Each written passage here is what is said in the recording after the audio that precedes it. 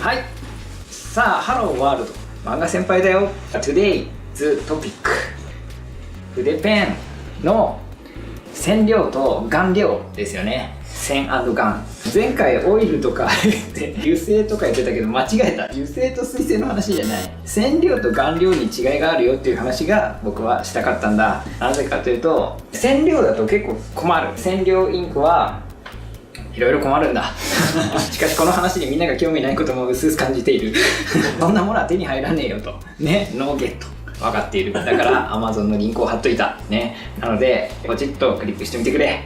意外と安かった。日本の価格とそんなにセームプレイス、ね、何が違うかっていうとですね、染料インクの方がジャパニーズシェア的には多分多い。それはなんでかっていうと、普通に字書いたりライトレターの場合とかに多分ムラにならないんだよね。とにかく染料の方がフラットカラーになる。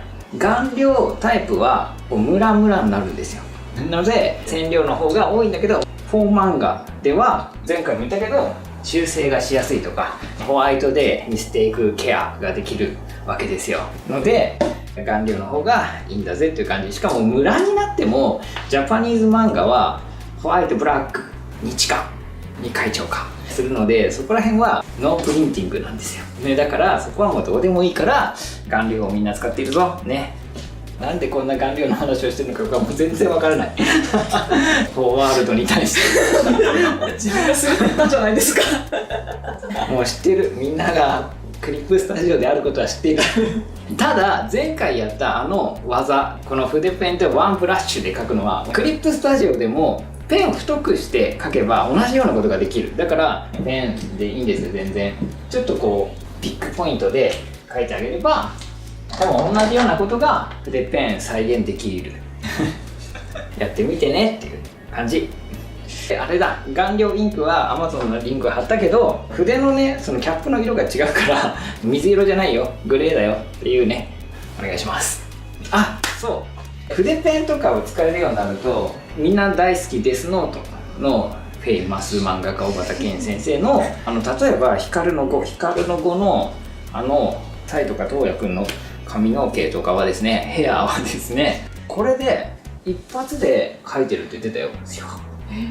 すごいよね。下書きとか軽いラフな段階でもうこれで触って描いて終わりみたいなすげえウルトラテクニックをこれをマスターするとできるようにもなるんで、多分それね楽なんだと思う。きっと形をしっかりとってやるより多分その方が綺麗かつファースト、ビューティー&ファーストですよねそんなこともお伝えしつつ、今貼った筆ペン使ってみると面白いんじゃないかなって思ってる。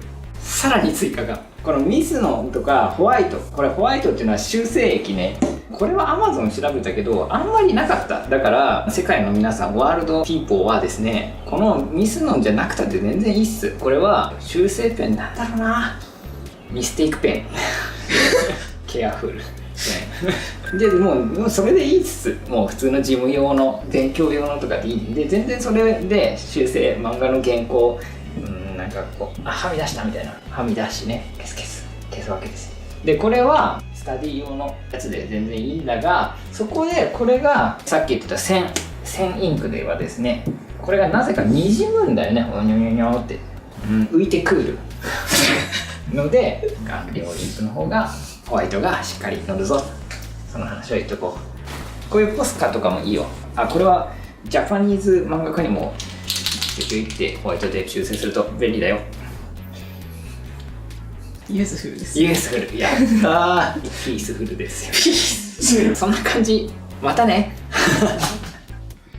プッシュプリーズ。下にもあるよ、プリーズプッシュ。じゃあまたね